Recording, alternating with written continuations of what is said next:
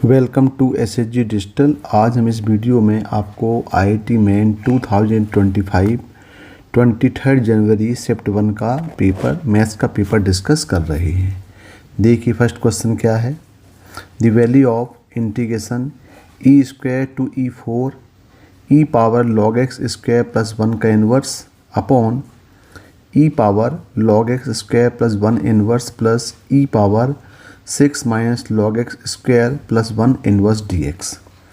अब यहाँ देखें कि यहाँ पे आपके पास जो लिमिट है वो ई स्क्वायर टू E4 है और यहाँ पे देखें आप log x दिया हुआ है, तो इसको हम पहले सब्स्टिट्यूट कर देते हैं। मान लेते हैं यहाँ पे log x को मान लेते हैं t।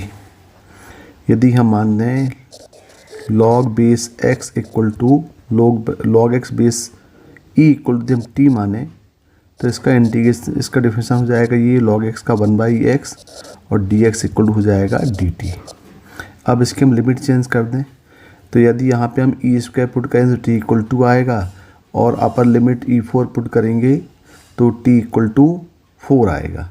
यानी यहाँ पे जो i है इसकी लिमिट हो जाएगी 2 to 4 और ये हो जाएगा log x को हम t मान लें तो ये हो जाएगा e इन्वर्स लिख सकते हैं 1 प्लस टी स्क्वायर ये पावर में upon e power 1/1 plus T square plus e 1/6 minus T square plus 1 और ये हो जाएगा 1/x dx तो हो जाएगा इंटू dt।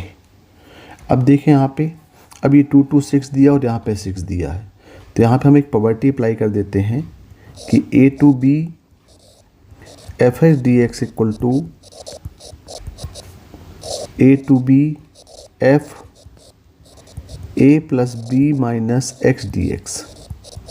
दोनों लिमिट को हम ऐड करें तो 6 आ रहा है और देखिए यहाँ पे 6 दिया हुआ है तो ये प्रॉपर्टी यदि यहाँ अप्लाई करें तो ये i क्या बन जाएगा, ये i इक्वल टू हो जाएगा कि इंटीग्रेशन 2 to 6 ई पावर 1/, अब जहाँ पे t है वहाँ पे 6 माइनस टी हो जाएगा तो जाएगा 1 plus 6 minus T square upon e power 1/1 plus 6 minus T square और प्लस ई पावर, अब ये 6 माइनस टी हम टी को रिप्लेस करेंगे 6 से तो 6 कैंसिल हो जाएगा तो ये हो जाएगा 1/1 प्लस टी स्क्वायर और ये डी टी। अब देखें यदि हम इसको इक्वेशन नंबर 1 माने और यदि इक्वेशन नंबर 2 माने तो दोनों को ऐड कर दें तो ये हो जाएगा आई हो जाएगा 2i equal to integration 2 to 4। देखिए दोनों का जो डिनोमिनेटर वो सेम है तो यहाँ पे डिनोमिनेटर सेम हो जाएगा, ये यहाँ पे आएगा e 1/1 plus 6 minus T square plus e power 1/1 plus T square. इसको हम ब्रैकेट में ले लें, बेटर होगा ये यहाँ पे। तो ये क्या बन जाएगा, अब यहाँ पे इसका जो यहाँ पे क्या हो जाएगा, इसका एलसीएम तो सेम हो गया तो यहाँ पे आएगा e 1/1 plus 6 minus T square और plus e power 1/1 plus T square. यार दोनों देखें सेम हो गए, ये दोनों क्या हो जाएंगे अब कैंसिल आउट, यहाँ पे dt अभी दोनों क्या हो गए कैंसिल आउट हो गए तो ये आ गया 2i इक्वल टू 2 to 4, ये हो गया 1 इंटू dt और इसका इंटीग्रेशन कितना हो जाएगा 2, इसका इंटीग्रेशन होगा t और लिमिट अप्लाई होगी 2 to 4 तो ये आएगा 4 माइनस 2, इसका मतलब 2i इक्वल टू होगा ये 2 तो यहाँ पे i इक्वल टू आएगा 1, मतलब इसका जो इंटीग्रेशन है ये इंटीग्रेशन हो जाएगा 1 हो जाएगा। तो फर्स्ट का आंसर 1 आएगा, मतलब ये थर्ड होगा। क्वेश्चन नंबर 2, लेट ix एक इंटीग्रल फंक्शन दिया हुआ है integration D x upon x minus 11 power 11/13 x plus 15 power 15/13 if I37 minus I24 equal 1/4 1/b 1/13 minus 1/c 1/13 where BC belongs to n then 3b plus c is equal to, यानी Ix का form दिया हुआ है integral form, हमें I37 और I24 का difference निकालना है जो इन टर्म्स ऑफ BC यहाँ पे लाना है और b प्लस सी की वैल्यू हमको निकालना है। तो देखिए इस टाइप के क्वेश्चन में यहाँ पे जो पावर ये दिया हुआ है 11/13 और यहाँ पे दिया 15/13। यदि हम दोनों को ऐड कर दें तो ये हो रहा है 26/13, मतलब ये हो रहा है 2। तो हमें ये पावर 2 लाने के लिए यहाँ पे हम क्या कर दें, यहाँ पे ट्रिक है, यहाँ पे हम x प्लस 15 की पावर 11/13 और x प्लस 15 पावर 11/13 का मल्टीपल डिवाइड कर दें। इससे क्या हो जाएगा, इससे देखना ये Ix इक्वल टू ये हो जाएगा इंटीग्रेशन ऑफ dx अपॉन, अब देखें 11/13 x माइनस 11 पावर 11/13 और ये अपॉन हो गया x प्लस 15 पावर 11/13 और ये दोनों पावर यहाँ पे हो गया ये x प्लस 15 की पावर 2। अब इसको हम एक साथ ले लें यहाँ पे, तो ये Ix equal to integral form of dx upon ये हो गया x minus 11 upon x plus 15 की पावर 11/13 और ये हो गया x प्लस 15 का स्क्वायर। अब देखें यदि हम इसको t मानेंगे ये वाले पार्ट को तो ये इसका डेरिवेटिव बन जाएगा, यानी ये हो जाएगा x minus 11 upon x minus 15। यदि हम इसको t मान लें तो इसका डिफरेंस हो जाएगा 26 अपॉन x प्लस 15 का स्क्वायर dx इक्वल टू ये हो गया dt। तो डायरेक्ट हमारे पास ये पूरा फॉर्म dt में कन्वर्ट हो गया, तो ये यहाँ पे हो जाएगा ये it equal to integral form of ये हो गया dt अपॉन 26 यहाँ ले आए और ये हो गया t की पावर 1/11/13। अब हम इसको इंटीग्रेट कर दें तो ये हो गया 1/26 और इसका इंटीग्रेशन हो गया t की पावर -11/13 करेंगे तो ये हो जाएगा 2/13 अपॉन 2/13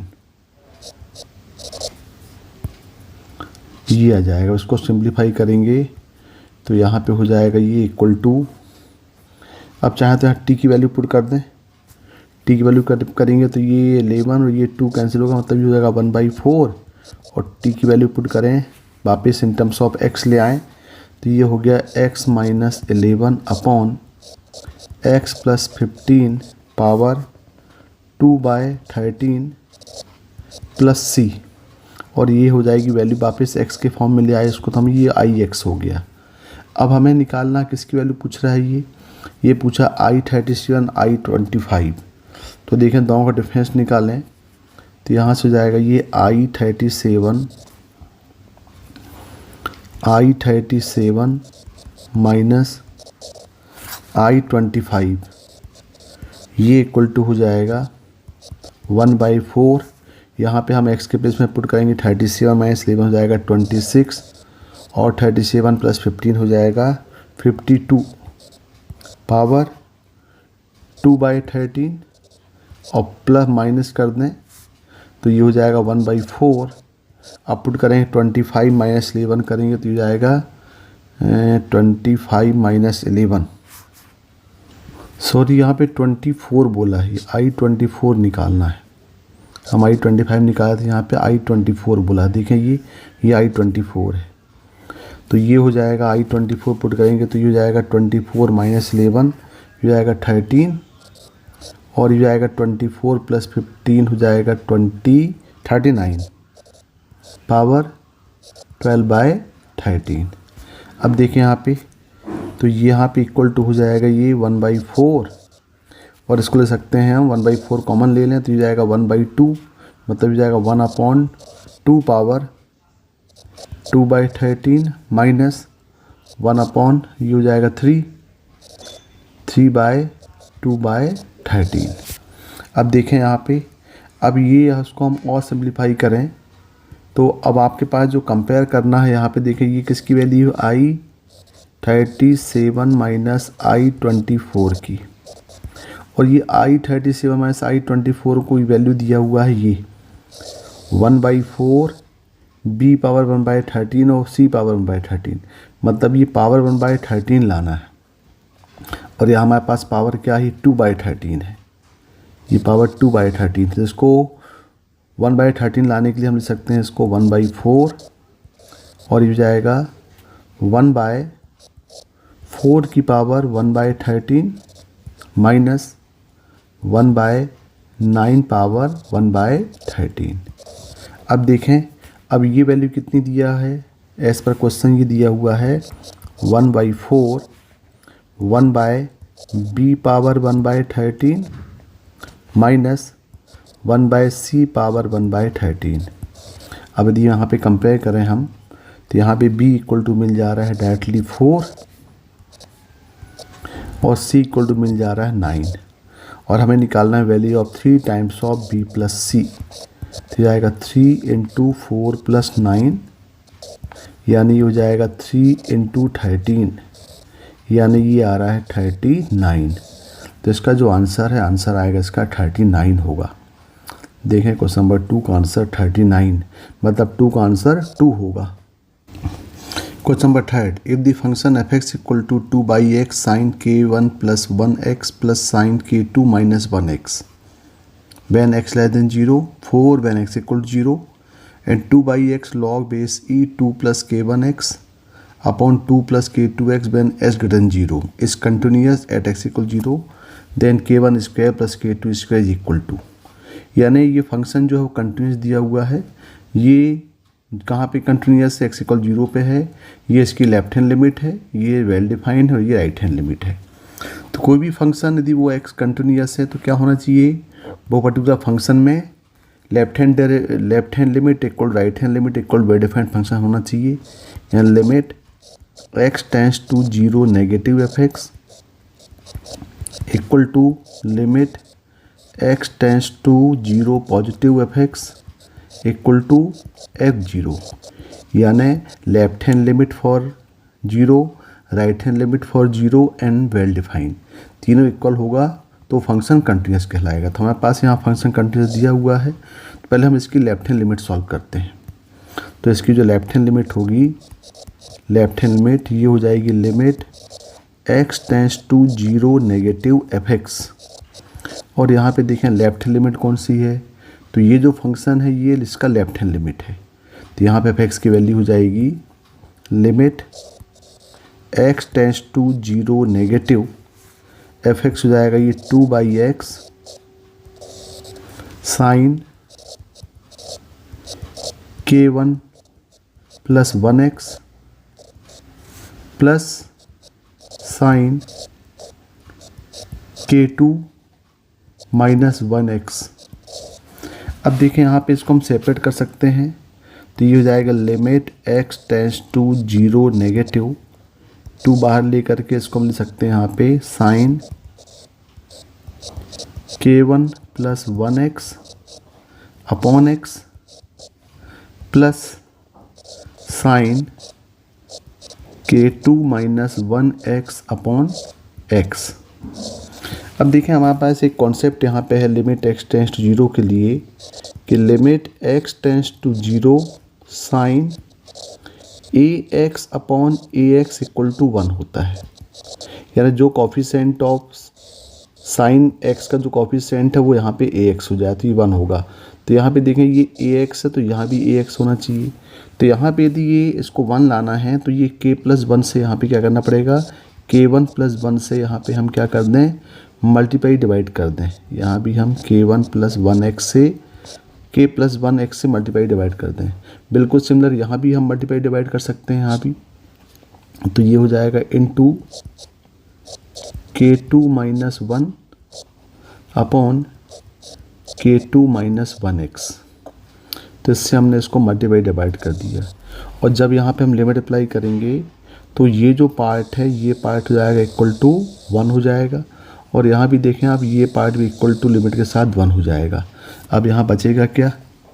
अब यहाँ पे आपके पास बचेगा ट्वाइस ऑफ, ये हो जाएगा यहाँ पे k1 प्लस 1 और प्लस ये हो जाएगा k2 माइनस 1।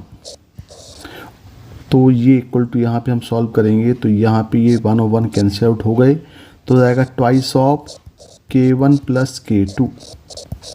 और देखें ये इक्वल टू हम बोल सकते हैं इक्वल टू f0, क्योंकि वेल डिफाइंड इक्वल होगा यहाँ पे। तो f0 कितना दिया? 4 दिया है। तो ये हो जाएगा इक्वल टू 4, यानी twice of k1 plus k2 equal to 4।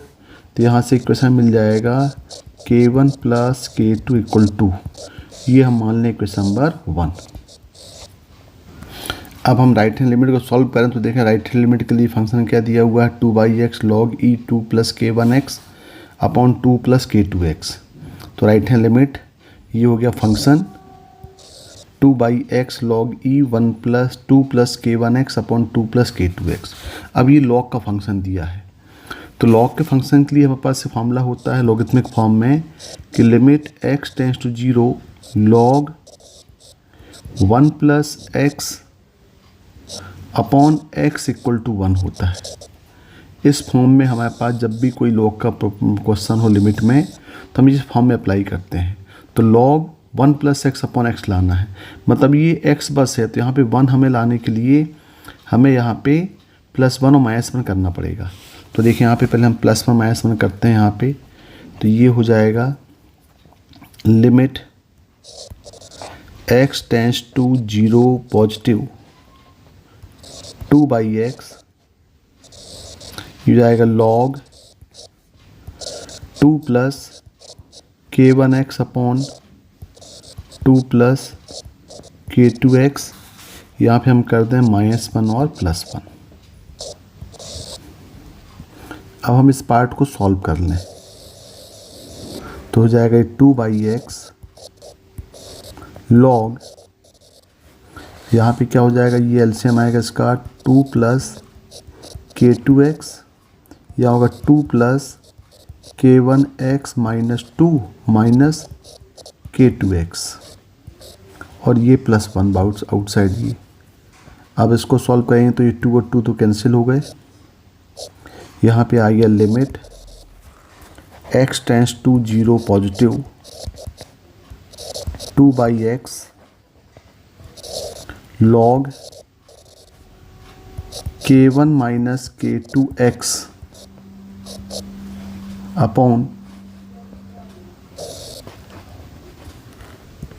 Upon ये पूरा आएगा 2 प्लस k2x और यहाँ पे +1। अब देखें भाई, अब ये पूरा x बन रहा है क्योंकि हमें लेके आना है log 1 plus x upon x का फॉर्म।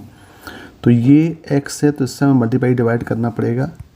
तो यहाँ पे हमको डिवाइड करना पड़ेगा log 1 plus x upon x का फॉर्म लाने के लिए multiply dividing by k1 minus k2x upon 2 plus k2x, और यहाँ भी मल्टीप्लाई करना पड़ेगा k1 minus k2x upon 2 plus k2x। अब यहाँ देखें ये, अब ये पूरा फॉर्म जो है ये हो गया log 1 plus x upon x, और ये पूरा पार्ट कितना होगा? लिमिट के साथ हो जाएगा 1। तो ये हो जाएगा limit x tends to 0 2/x k1 minus k2x upon 2 plus k2x। तो यहाँ पे देखो ये x और x दोनों कैंसिल हो गए, और ये हो गया कि लिमिट x टेंड 0 अप्लाई करने, यहाँ पे 0 हो जाएगा ये। तो ये आएगा twice of k1 minus k2 upon 2 और ये जाएगा 0, यानी यहाँ पे आएगा ये twice of k1 minus k2 upon 2, तो ये वैल्यू आ जाएगी equal to k1 minus k2 और k1 minus k2 equal to, देखो ये भी इक्वल टू f0 होगा और f0 इक्वल टू वैल्यू कितनी दिया है, ये f0 इक्वल दिया है 4, यानी f0 इक्वल टू हो जाएगा 4, तो ये इक्वेशन नंबर 2 हो जाएगा। इक्वेशन नंबर 1 क्या था, k1 प्लस k2 इक्वल 2 था और इक्वेशन नंबर 2 मिल गया k1 minus k2 equal to 4। दोनों को सॉल्व करेंगे तो k1 इक्वल टू मिल जाएगा 3 और k2 इक्वल हो जाएगा 1। और हमें क्या निकालना है, हमें निकालना है k1 square plus k2 square, तो जाएगा 3 स्क्वायर प्लस 1 स्क्वायर, मतलब हो जाएगा 9 प्लस 1, यानी ये हो जाएगा 10। तो इसका जो आंसर है, आंसर हो जाएगा इसका 10 आएगा। देखिए यहाँ पे क्वेश्चन नंबर 3 का आंसर 10 होगा, 4। Question number 4, if the line 3x minus 2y plus 12 equal 0 intersect the parabola 4y equal to 3x square at the point of A and B, then at the vertex of the parabola the line segment AB subtend an angle is equal to, यानी हमें एक line और parabola के point of intersection निकालने हैं और दोनों जो पॉइंट मिलेंगे, दोनों के इंटरसेक्ट पॉइंट्स मिलेंगे, उससे हमको निकालना है स्लोप, उनके बीच का एंगल निकालना है। कहाँ से, then the vertex of the parabola से। तो देखें एक पहले देखें यहाँ पे एक पैराबोला दिया हुआ है, ये है 4y equal to 3x square, यानी ये पैराबोला हो गया x square equal to 4/3y, जो एक अपवर्ड पैराबोला है और इसके जो वर्टेक्स है वो वर्टेक्स इसके 0 और 0 दिए हुए हैं। और दूसरी दी हुई है एक लाइन है 3x minus 2y plus 12 equal to 0। यदि हम इस लाइन के पॉइंट ऑफ इंटरसेक्शन निकालने ऑन दी इंटरसेप्ट निकालने ऑन एक्सिस में, तो ये हम ले सकते हैं, यहाँ पे दी हम x इक्वल 0 पुट करेंगे तो y इक्वल टू मिल जाएगा 6, मतलब ये ऑन y एक्सिस जो है वो 0 6 में कट करेगा और यदि हम y को 0 पुट करेंगे तो x इक्वल टू मिलेगा -4 0। ये दोनों पॉइंट हो गए ऑन इसके, ये इंटरसेक्ट बनाएगी क्योंकि ये स्ट्रेट लाइन दिया हुआ है। अब हम दोनों कर्व को आपस में सॉल्व करते हैं। तो देखिए यहाँ पे लाइन दी गई है 3x minus 2y plus 12 equal to 0। यहाँ पे हम y की वैल्यू पुट कर दें तो 3x इक्वल टू y हो जाएगा ये 3x minus 2 into 3/4 x square plus 12 equal to 0। तो ये हो जाएगा, कैंसिल आउट करेंगे तो ये बन जाएगा यहाँ पे ये 1 और ये 2 होगा, यहाँ पे होगा तो ये होगा 6x minus 3x square plus 24 equal to 0। इसको यदि हम अरेंज करें तो ये 3 से डिवाइड कर दो, हो जाएगा x square minus 2x minus 8 equal 0। इसको फैक्टराइज करेंगे तो यहाँ पे x इक्वल टू मिल जाएगा -2 और x इक्वल टू मिल जाएगा इक्वल टू 4।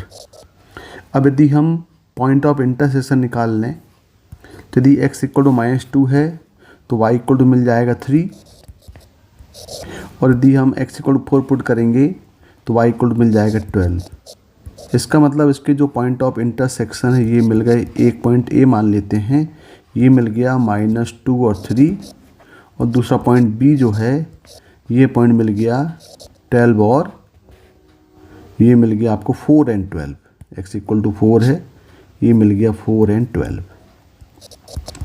यदि हम इसका फिगर बनाएं तो देखें इसका फिगर कैसा बनेगा। यहाँ पे ये आपके पास एक एक्सिस ले लें हम, x और y एक्सिस ले लिए और यहाँ पे ये हो गया पैराबोला, क्योंकि अपवर्ड पैराबोला है ये, तो इसके वर्टेक्स होगा यहाँ पे 0 0, ये O मान लेते हैं, ये हो गया 0 और 0 और यहाँ पे ये कट कर रहा है, लाइन कट कर रहा है A -2 x इक्वल टू आ रहा -2 और 4, मतलब ये लाइन जो है वो स्टेप्स कट हो रही है। ये जो पॉइंट है, ये पॉइंट सेकंड क्वाड्रेंट में है, तो ए ले लें इसको हम -2 और 3, और ये पॉइंट को बी मान लें, ये हो जाएगा 4 और 12। मतलब ये हुआ, ये जो परपेंडिकुलर लाइन ड्रा करें तो ये पॉइंट हो जाएगा -2 और 0, और ये पॉइंट हो जाएगा यहाँ पे 4 और 0। अब यहाँ पे जो क्वेश्चन बोल रहा है वो बोल रहा है कि ए और बी तो निकाल, then the vertex of the parabola the line segment A B subtend an angle, यानी ये जो ए बी है ये कितना एंगल सबटेंड कर रहा है, मतलब ये आपके पास ओ बी और ये ओ ए, इसके बीच का हमें एंगल निकालना है थीटा, यानी हमें स्लोप ऑफ ओ बी और स्लोप ऑफ ओ ए निकालना पड़ेगा। तो देखें यहाँ पे स्लोप ऑफ, इस फिगर में यदि हम देखें तो यहाँ पे स्लोप ऑफ ओ ए निकाल लें, तो स्लोप ऑफ ओ ए आ जाएगा ये हो जाएगा -3/2, और slope of O B equal to 12/4, मतलब हो जाएगा 3। एक को मान लें m1, एक को मान लें m2।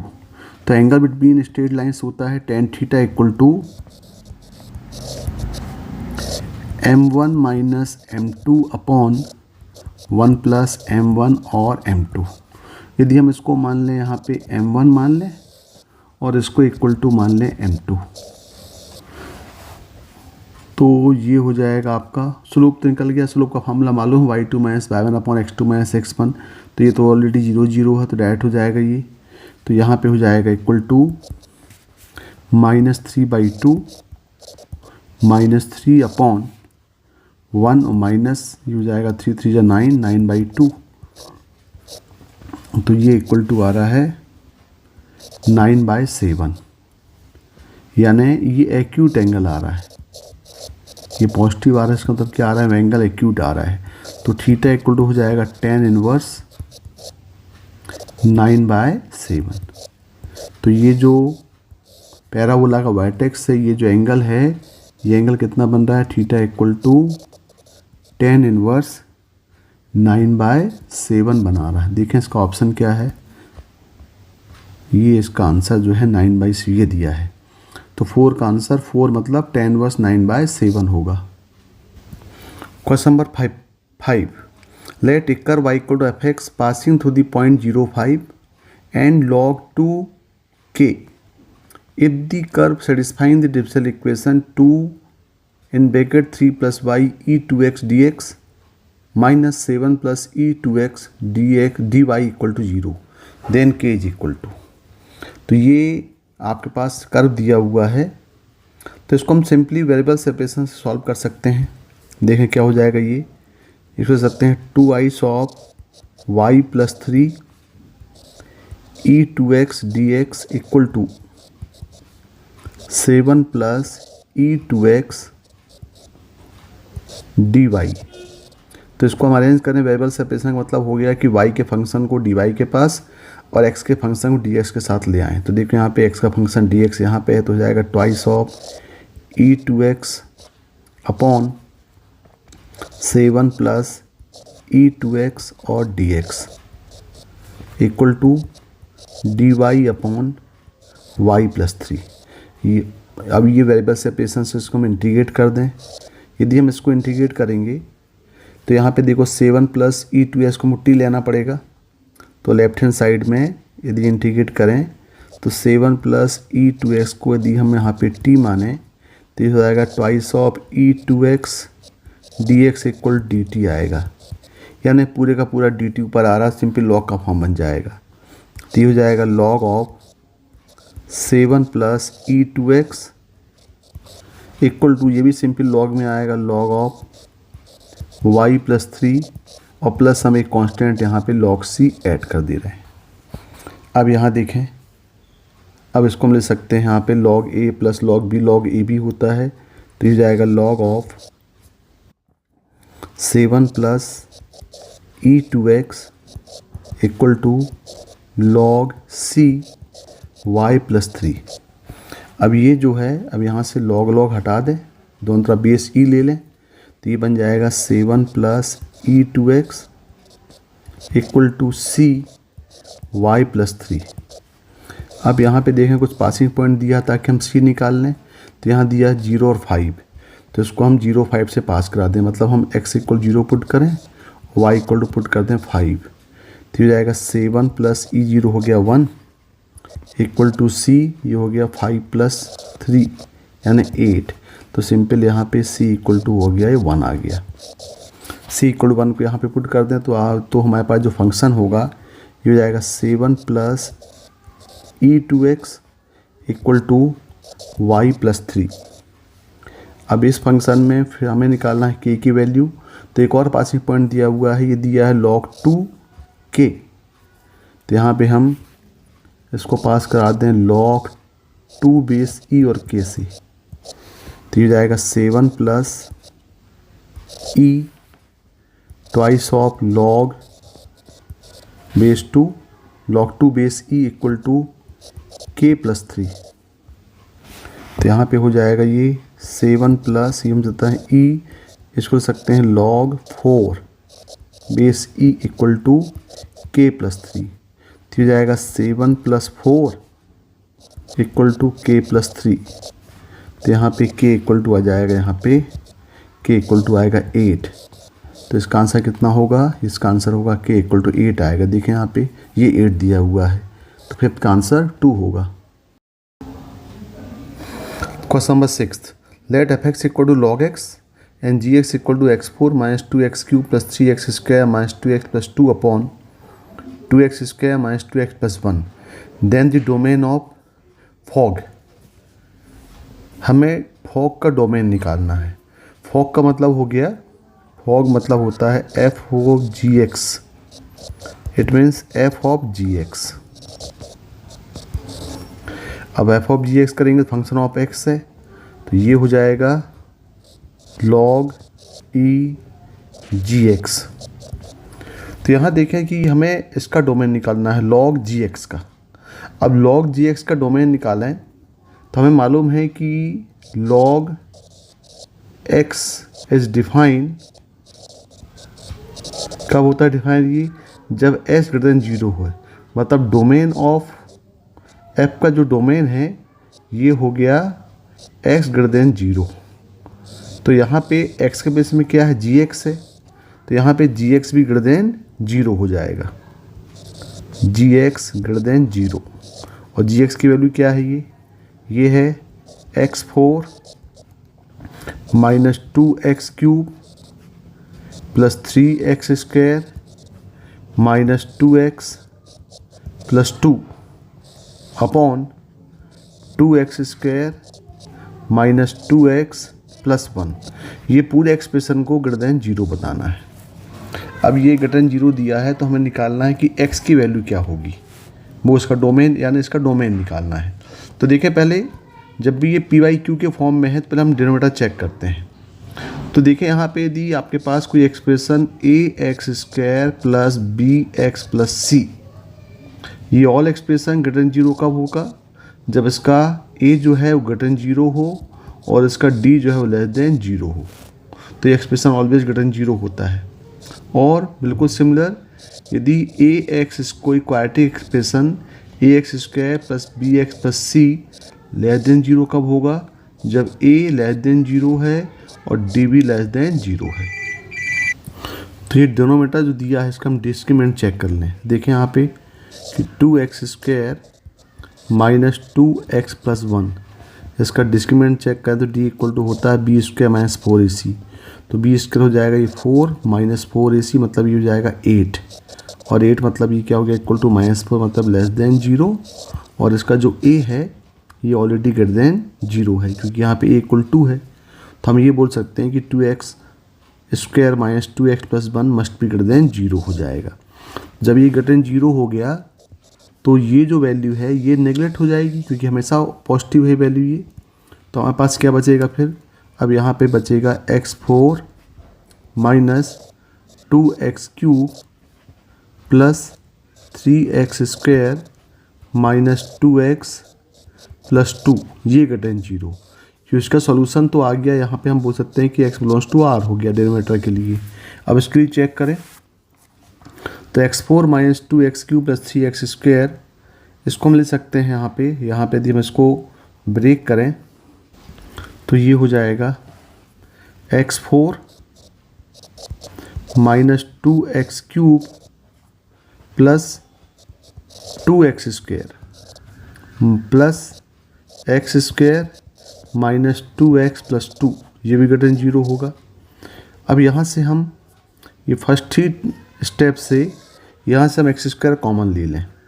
यदि यहाँ से x² कॉमन लेंगे तो ये हो जाएगा x² माइनस 2x और ये प्लस 2, और यहाँ पे यदि हम 1 कॉमन ले लें तो ये आ गया x² माइनस 2x प्लस 2, ये ग्रेटर देन 0 होगा।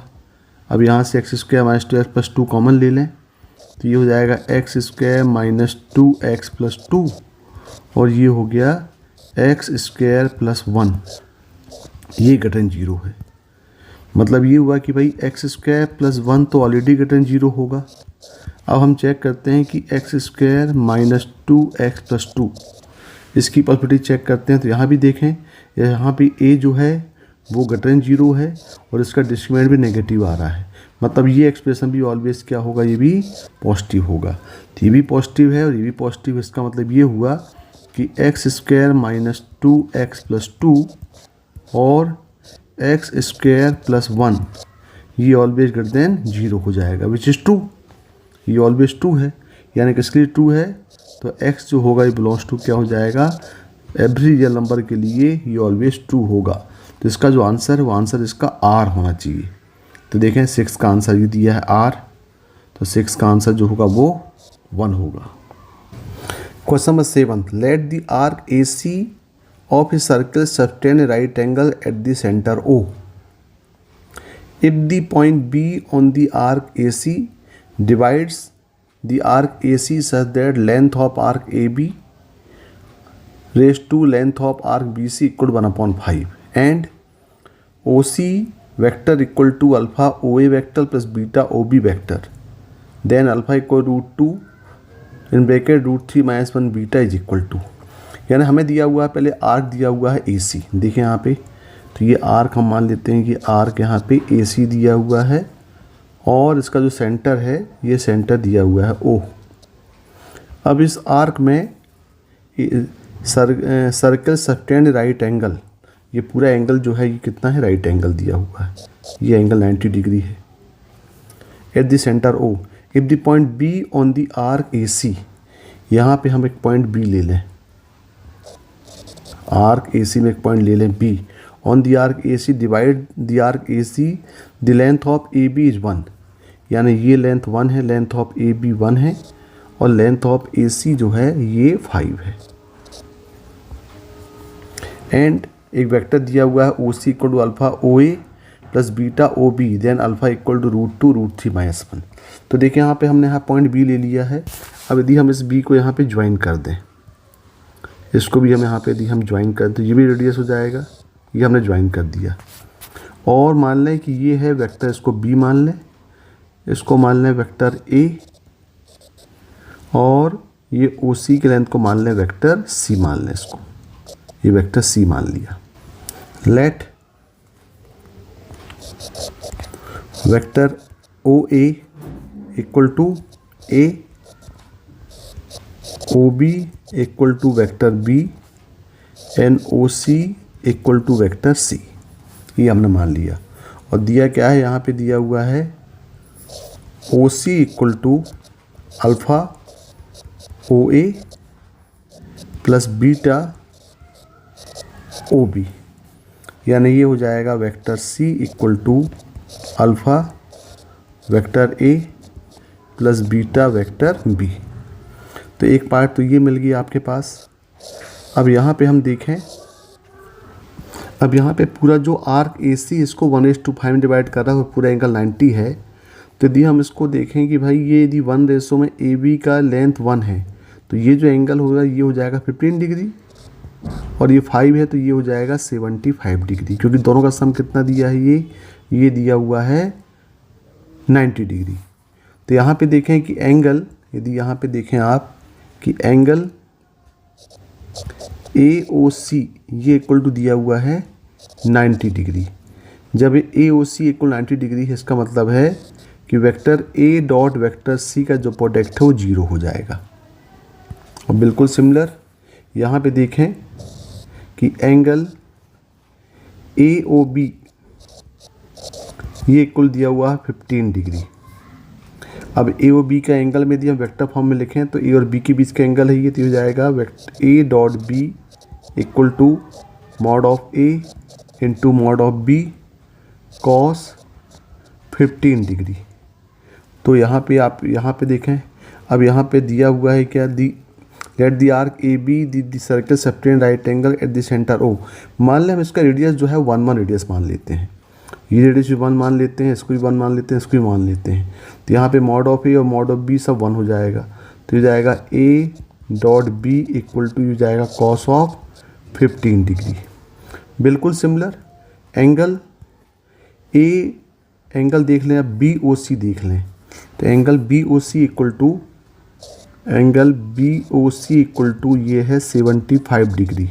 और ये BOC जो है वो बन रहा है वेक्टर B और वेक्टर C के बीच में। तो यहाँ भी हम एंगल निकालें तो ये जाएगा vector B dot vector C equal to mod of B mod of C और एंगल बिटवीन देम हो जाएगा कॉस 75 डिग्री। ये दोनों 1 1 है, तो वेक्टर B वेक्टर C का जो प्रोडक्ट है वो जाएगा 75 डिग्री।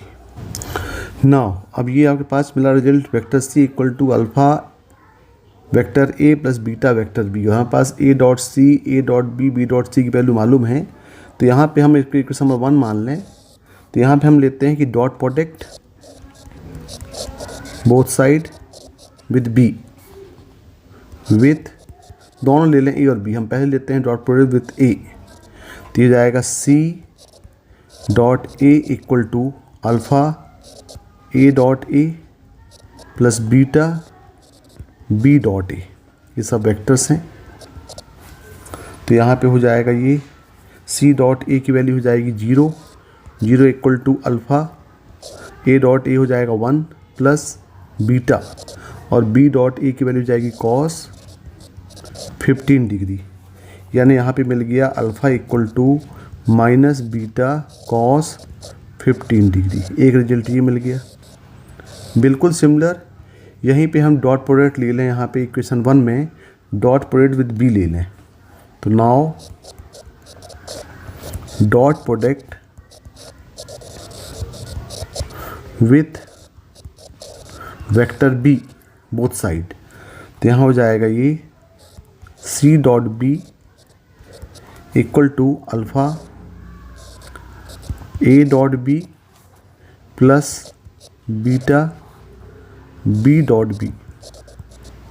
तो C डॉट B की वैल्यू हो जाएगी यहाँ पे ये कॉस है, ये B डॉट C की वैल्यू यहाँ पे मिस्टेक हो गई, ये देख रहे हैं, ये हो जाएगा यहाँ पे क्या बचेगा, ये बचेगा यहाँ पे कॉस 70, क्योंकि mod of B mod of C दोनों की वैल्यू 1 होगी, तो ये हो जाएगी कॉस 75 डिग्री। तो यहाँ पे ये हो जाएगा cos 75 degree equal to alpha A dot B की वैल्यू यहाँ पे दी गई है A dot B cos 15 degree और प्लस ये बीटा। अब यहाँ पे हम पुट कर दें बीटा की, यहाँ पे अल्फ़ा की वैल्यू यहाँ पुट कर दें, तो यहाँ पे इन टर्म्स ऑफ बीटा निकल आएगा। देखें यहाँ पे ये इक्वेशन नंबर 2 मान लें, तो फ्रॉम 2 यहाँ पे हम पुट कर दें इस एक्सप्रेशन में alpha equal to minus beta cos 15 degree. तो देखें क्या हो जाएगा यहाँ पे, तो यहाँ पे हो जाएगा cos 75 degree equal to minus beta cos square 15 degree और प्लस बीटा। तो यहाँ से हम बीटा कॉमन लेंगे तो ये हो जाएगा 1 माइनस कॉस स्क्वायर 75 डिग्री, यानी ये होगा बीटा साइन स्क्वायर 75 डिग्री। तो यहाँ वैल्यू मिल जाएगी cos 75 degree equal to beta sine square 75 degree. अब यदि हम इसको रीअरेंज करें तो यहाँ से हम बोल सकते हैं कि यहाँ पे बीटा इक्वल टू क्या मिल जाएगा, ये बीटा इक्वल टू मिल गया cos 75 degree upon sine square हो जाएगा ये 7, नहीं यहाँ कुछ मिस्टेक हो गई, 15 है ये, 75 कैसे हो गया। यहाँ पे देखें ये 15 डिग्री होगा, ये भी 15 डिग्री होगा, यहाँ 15 डिग्री हो गया और यहाँ भी 15 डिग्री है, यानी ये हो गया 15 डिग्री, 15 डिग्री, ये 15 डिग्री। और बाय कॉम्प्लीमेंट्री फार्मूला हमें मालूम है कि cos 75 डिग्री इक्वल टू होता है sin 15 डिग्री। दोनों एक दूसरे कॉम्प्लीमेंट्री होते हैं, दोनों का सम 90 डिग्री है। तो cos से एक साइन तो कैंसिल हो गया, मतलब ये हो गया 1 अपॉन साइन 15 डिग्री, और साइन 15 डिग्री वैल्यू हो जाती है ये 1 अपॉन √3 माइनस 1/2 √2, यानी यहाँ पे बीटा की वैल्यू मिल जाएगी 2 अपॉन √3 माइनस 1, ये बीटा की वैल्यू मिल गई। अब अल्फ़ा निकाल लें, तो अल्फ़ा की वैल्यू इक्वल टू है, अल्फ़ा इक्वल टू क्या दिया हुआ है यहाँ पे देखिए, alpha equal minus beta cos 15 degree minus beta cos 15 degree, और यहाँ पे बीटा की वैल्यू पुट कर दें। यहाँ पे बीटा इक्वल टू है 1 अपॉन साइन 15 डिग्री, तो अल्फ़ा इक्वल टू हो गया माइनस कॉस अपॉन साइन, मतलब हो गया माइनस कॉट 15 डिग्री, यानी ये हो गया माइनस कॉट 15 डिग्री। अब ये कॉट 15 डिग्री की वैल्यू हम निकाल सकते हैं। अब कॉट 15 आप 10 15 निकालने के लिए 10 माइनस बी में 45 माइनस 30 पुट करके आप निकाल सकते हैं। तो कॉट 15 की वैल्यू यहाँ पे आएगी इक्वल टू, ये हो जाएगा minus of √3 plus 1 upon √3 minus 1, ये इक्वल टू हो जाएगी अल्फ़ा। तो ये अल्फ़ा भी मिल गया आपको, बीटा ही मिल गया। अब हमें निकालना क्या है देखें, अब हमें निकालना है, एक्सप्रेशन दिया हुआ है एक, alpha equal to √2 √3 minus 1 beta is equal to, मतलब इसकी वैल्यू इसको सॉल्व करना है। यहाँ पे देखें अल्फ़ा इक्वल टू नहीं है, यहाँ पे अल्फ़ा प्लस है, प्रिंटिंग मिस्टेक यहाँ पे है, यहाँ पे आप करेंगे इसको अल्फ़ा प्लस। तो यहाँ पे हमको निकालना है alpha plus √2 √3 minus 1 into beta. अब यहाँ पे अल्फ़ा बीटा की वैल्यू पुट कर दें, तो जाएगा minus √3 plus 1 upon √3 minus 1 plus √2 √3 minus 1 into beta, और बीटा वैल्यू दिया है 2 अपॉन √3 माइनस 1।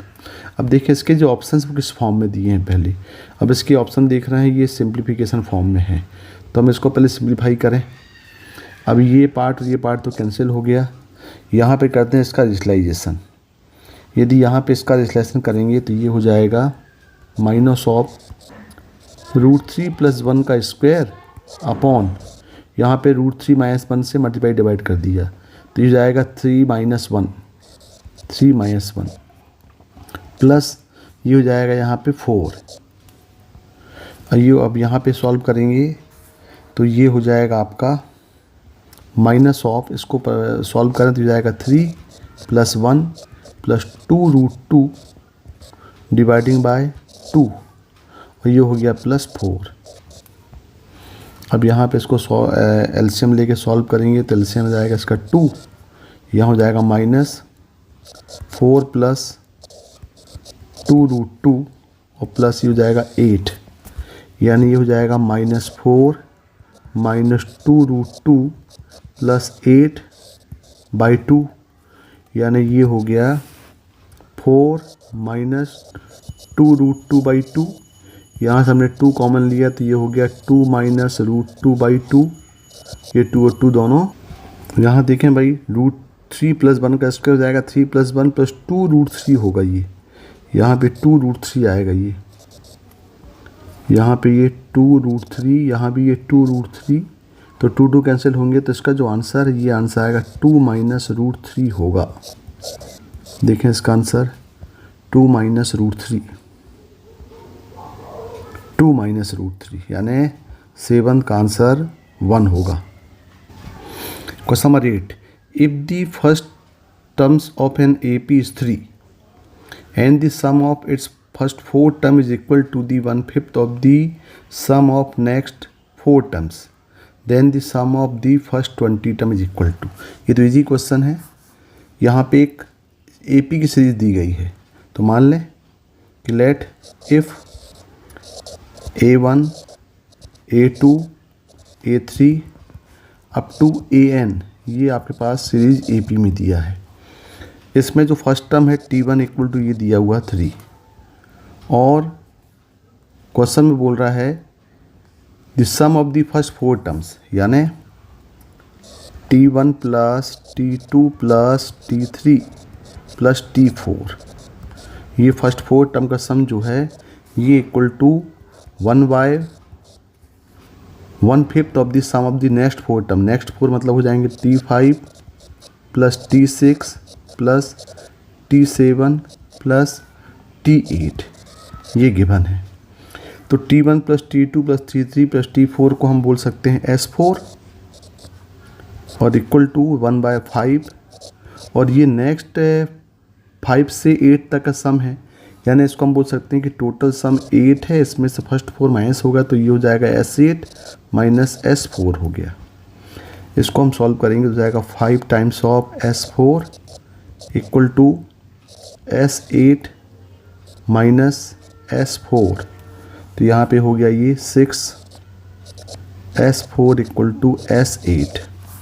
अब यहाँ पे हम S4 और S8 आप करके D निकाल लें, तो हमें मालूम है कि Sn होता है n/2 2a plus n-1 into D।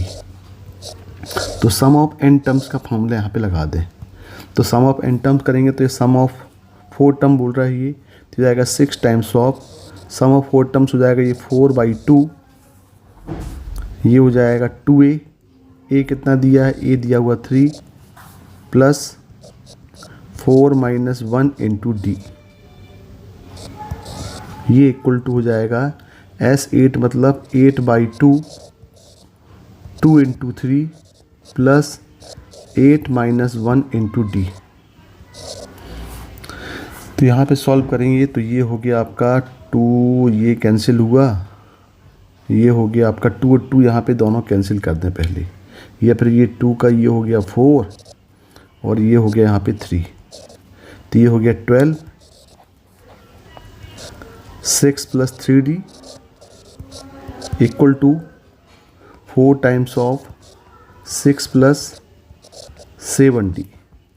इसको सॉल्व करेंगे तो ये हो गया यहाँ पे ये 1 और ये हो गया यहाँ पे 3, तो ये हो गया 18 plus 9D equal to 6 plus 7D, तो यहाँ पे हो गया 12 इक्वल टू -2D, और यहाँ पे D इक्वल टू आ गया -6, तो D मिल गया -6 और A इक्वल टू पहले से 3 था।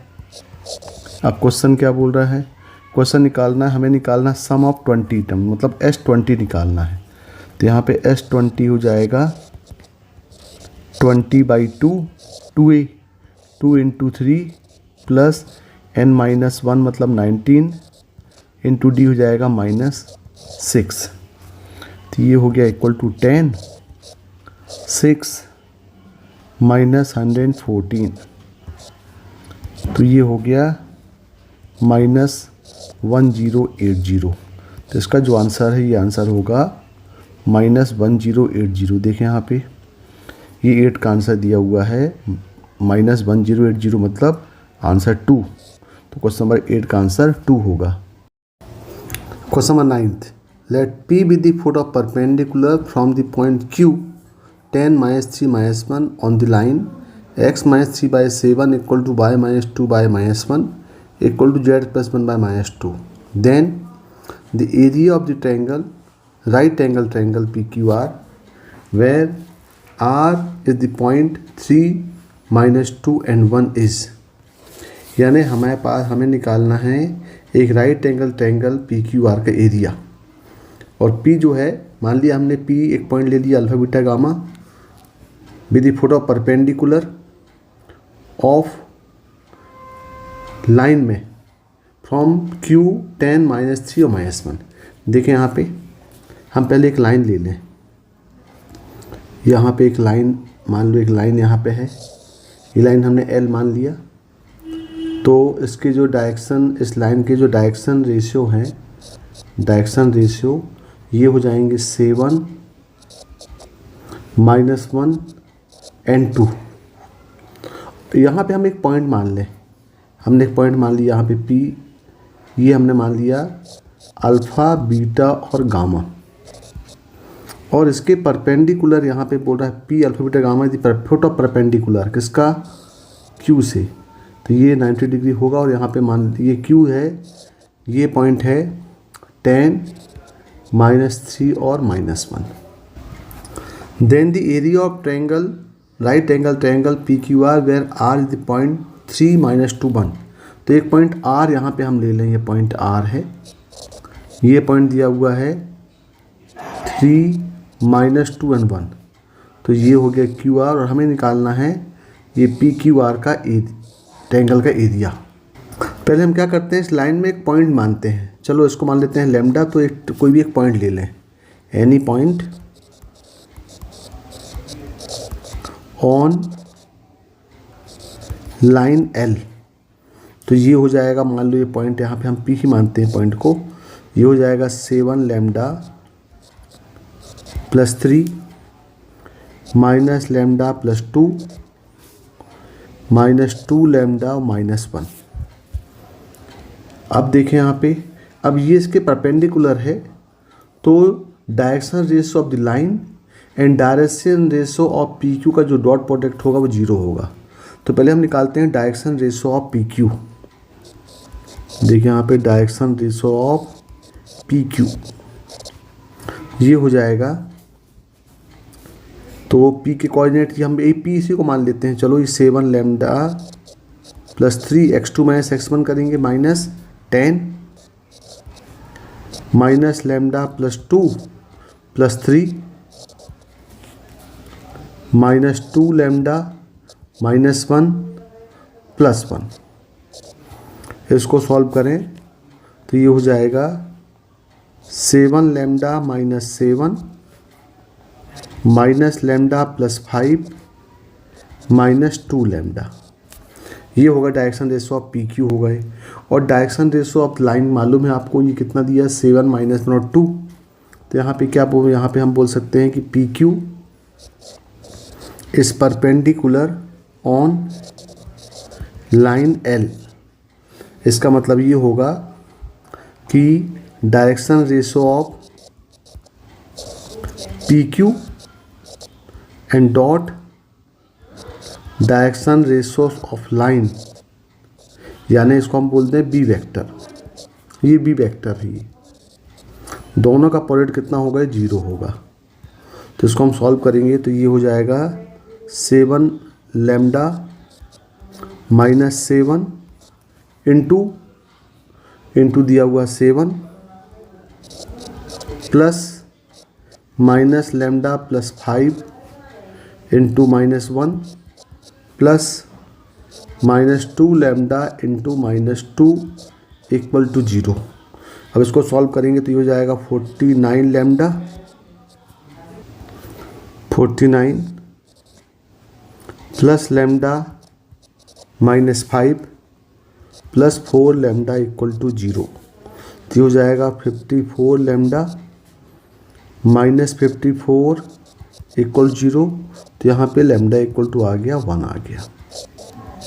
लैम्डा = 1 पुट कर दें तो पॉइंट P क्या है, पॉइंट P था 7 lambda +3 lambda +2 -2 lambda -1।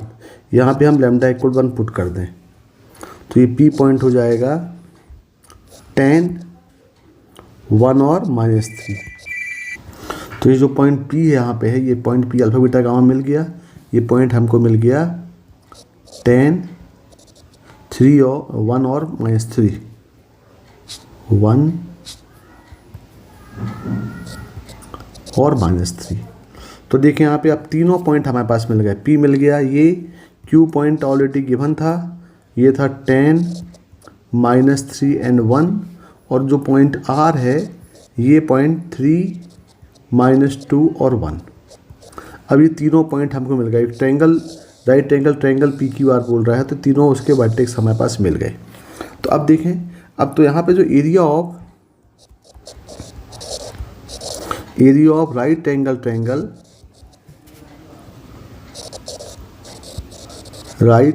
Triangle PQR, यदि इसको हम वेक्टर फॉर्म में देखें तो ये एरिया ट्रायंगल होता है इसका, ये होता है 1/2 PQ क्रॉस PR। तो तीनों पॉइंट दिए गए हैं, तो इसका हम और इसका मॉड ले लें तो ये एरिया हम निकाल लेते हैं। तो इसका मतलब PQ और PR के पोजीशन वेक्टर्स यहाँ पे हम निकाल लेते हैं। तो देखें भाई, PQ क्या हो जाएगा, वेक्टर फॉर्म में लिखते हैं इसको। तो P के कोऑर्डिनेट्स है 10 1 -3, मतलब 10i + j - 3k। Q हो जाएगा 10i - 3j + k, और R हो जाएगा 3i - 2j + k। तो यहाँ पे हम देखें तो डायरेक्ट करते हैं PQ, तो ये हो जाएगा आपका 10 - 10 तो 0 हो गया, ये हो गया -3 -1 ये j, और प्लस ये हो गया -1 + 3 ये k, यानी PQ यहाँ पे मिल गया PQ vector -4j + 2k। PR हो गया ये वेक्टर PR, यानी position vector of R minus position vector of P, तो जाएगा 3 - 10i plus -2 - 1j plus 1 + 3k। तो ये हो गया यहाँ पे vector PR = -7i - 3j + 4k। ये मिल गया PR, और यहाँ पे ये मिल गया PQ। अब इनका निकाल लें हम, तो इसका एरिया हो जाएगा, एरिया = डिटरमिनेंट ऑफ 1/2, और ये होगा PQ क्रॉस PR। तो इसको हम निकालते हैं वेक्टर प्रोडक्ट, तो ये जाएगा i j k 0 -4 2 -7 -3 और ये 4 हो जाएगा। ये इसका डिटरमिनेंट, इसका मॉड निकालना पड़ेगा।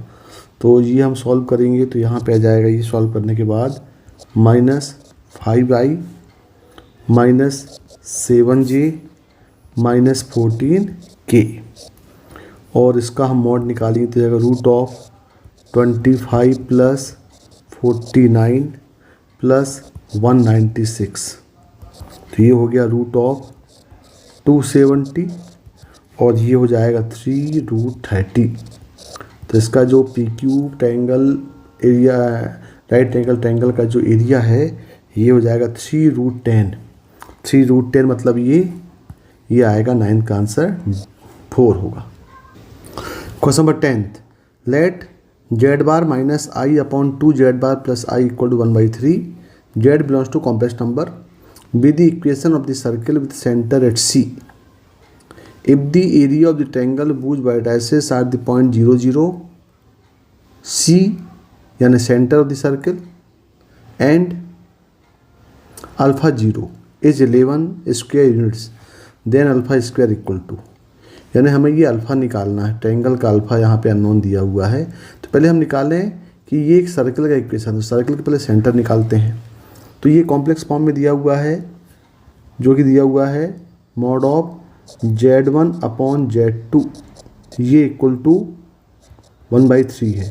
तो इसको हम सॉल्व करेंगे कि mod ऑफ z1 अपॉन ये सेपरेट mod ऑफ z2 जाएगा, z2 = 1/3, और फिर ये सॉल्व हो जाएगा mod of z1 = 3 times of mod of z1 = mod of z2। और हमें मालूम है कि यदि z = x + iy है, तो इसका जो mod z होता है ये होगा √x² + y²। जनरली हम इसमें स्क्वायरिंग कर लेते हैं यहाँ पे। तो देखें यहाँ पे, और हम z को x + iy यहाँ पे पुट भी कर सकते हैं। तो देखिए ये क्या हो जाएगा, पहले ये पहला स्टेप इसमें जाएगा कि जेड बार माइनस आई का mod upon twice of Z bar plus I separate mod हो जाएंगे इक्वल टू 1/3। अब इसको हम करते हैं क्रॉस मल्टीप्लाई कर दें तो ये हो जाएगा 3 times of Z bar minus I equal to mod of twice of Z bar plus I. अब मान लें कि भाई यहाँ पे जेड कॉम्प्लेक्स नंबर दिया हुआ है तो let Z equal to X plus I Y. तो जो जेड बार है इसका कॉन्जुगेट हो जाएगा एक्स माइनस आई वाई। तो यहाँ पे पुट करते हैं वैल्यू, तो जाएगा 3x minus I Y minus I equal to twice of x minus I Y plus iota. अब इसको अरेंज कर लें तो ये जाएगा 3 times of x minus I Y plus 1 equal to 2x minus I 2y plus I. और इसको arrange करेंगे तो जाएगा 3 times of x minus I Y plus 1 equal to 2x minus I 2y minus 1 का मॉड। अब यहाँ पे दोनों तरफ स्क्वायरिंग कर दें तो ये हो जाएगा 9x minus I Y plus 1 mod का square equal to 2x minus I 2y minus 1 का मॉड का स्क्वायर।